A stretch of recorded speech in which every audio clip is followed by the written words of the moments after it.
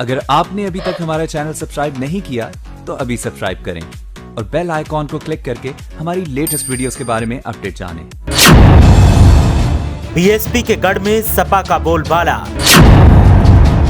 मायावती को सता रहा फिर हार का डर। बुलंदशहर सदर है बीएसपी का गढ़। 2017 में जीती बीजेपी की उपचुनाव में हार तय। गुटबाजी का शिकार बीजेपी और सपा मजबूत। बीएसपी को एक बार फिर हो सकता है नुकसान। देखिए क्या कहते हैं मौजूदा समीकरण और पुराना इतिहास। उपचुनाव की धमाचौकड़ी और सियासी हलचल बुलंदशहर सदर विधानसभा सीट पर भी देखने को मिल रहा है। कहने को तो बुलंदशहर सदर विधानसभा बीएसपी की खासम खास सीट है, लेकिन 2017 में यहां बीएसपी को बीजेपी ने बुरी तरह हराया था और अब खुद बीजेपी की भी हालत पतली दिख रही है। ऐसे में सपा आगे तो है, लेकिन सपा को भी बहुत कुछ करना बाकी है। आइए जानते हैं कि उपचुनाव से पहले सियासी समीकरण क्या कहते हैं और फिर जानेंगे कि इस सीट का सियासी इतिहास क्या रहा है। 2017 में बुलंदशहर से जीत दर्ज कर बीजेपी ने चमत्कार किया था। बीजेपी के टिकट पर वीरेंद्र सिरोही ने जीत दर्ज की थी। बीएसपी के गढ़ में बीजेपी ने सेंध लगाकर हर किसी को चौंकाया था।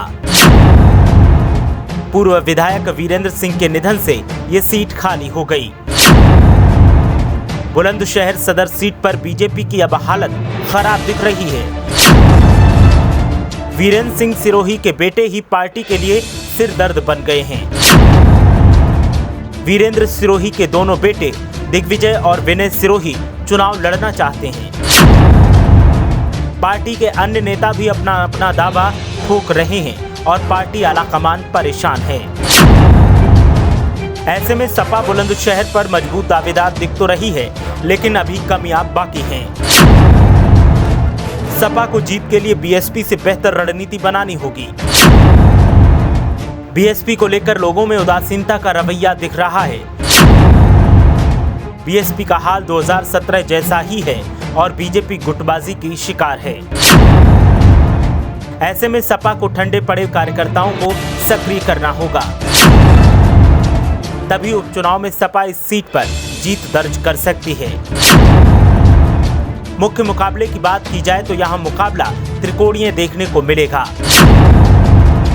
बीएसपी बादशाहत वापस चाहती है, बीजेपी मिशन रिपीट और सपा खाता खोलने की चाहत में है। बुलंदशहर विधानसभा पर स्थानीय लोगों में बीएसपी को लेकर कोई खास रुचि नहीं है, लेकिन कोई और दल अगर सही रणनीति के साथ नहीं सामने आया तो लोग बीएसपी के साथ भी जा सकते हैं। लेकिन सपा और बीजेपी की बात की जाए तो बीजेपी की गुटबाजी से परेशान लोग सपा के साथ ज्यादा हमदर्दी रखते हैं। ऐसे में सपा को मेहनत करनी ही होगी, क्योंकि 2002 से लेकर अब तक सपा यहां एक बार भी नहीं जीती है। ऐसे में जानते हैं कि सियासी इतिहास क्या इशारा करता है। सियासी इतिहास को देखें तो बीएसपी को फायदा हो सकता है, लेकिन मौजूदा हालात को देखें तो बीएसपी को कोई पूछता नहीं। बीजेपी ने 2002 में बुलंदशहर से जीत दर्ज की थी और फिर 2017 में जीत मिली।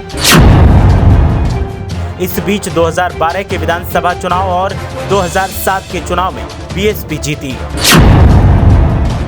2007 में बीएसपी के मोहम्मद अलीम खान जीते और सपा दूसरे नंबर पर रही।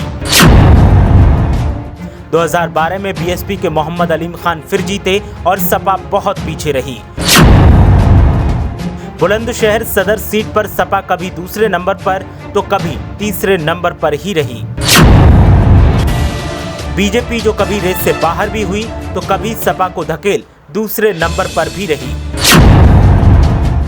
2017 में सबसे पीछे रहने वाली बीजेपी पहले नंबर पर आई और जीत दर्ज की। लेकिन अब बीजेपी की हालत पतली है और सपा के पास नंबर 1 बनने का मौका है। अगर सपा थोड़ी सी मेहनत करे तो आसानी से बीजेपी से ये सीट छीन सकती है। बीएसपी के गढ़ में सपा की जीत से सपा की छवि में बदलाव होगा। 2022 के चुनाव में इस जीत का असर सपा के लिए मुफीद साबित होगा। बुलंदशहर सदर सीट पर टिकट के दावेदारों को लेकर बीजेपी में सिर फुटबल देखने को मिल रहा है। इस सीट पर दावेदारों की लंबी फौज सामने है। वीरेंद्र सिरोही के दोनों बेटे दिग्विजय और विनय सिरोही के अलावा लोकल कमेटी के कई पदाधिकारी और बिजनेसमैन भी दौड़ में शामिल हैं। जिला महामंत्री रहे Ravindra Rajora, Pratap Chaudhary, Sundarpal Tevatia, Jagdish Dahiya, Delhi income tax commissioner professor Rajiv Sirohi के नाम बुलंदशहर में चर्चा में हैं। चर्चा तो इस बात की भी है कि दिवंगत वीरेंद्र सिरोही के परिवार में ही दोनों बेटों के अलावा और भी कई दावेदार खड़े हुए हैं। ऐसे में बीजेपी में टिकट के लिए सिर फुटबल हो रहा है और इस सिर फुटबल से आवाम विदक कर सपा की तरफ देख रही है। सपा ये मौका भुनाने के लिए अब सक्रिय भी है, लेकिन चुनावी नतीजों से पहले कुछ भी कहना जल्दबाजी होगी। ब्यूरो रिपोर्ट, मीडिया हलचल।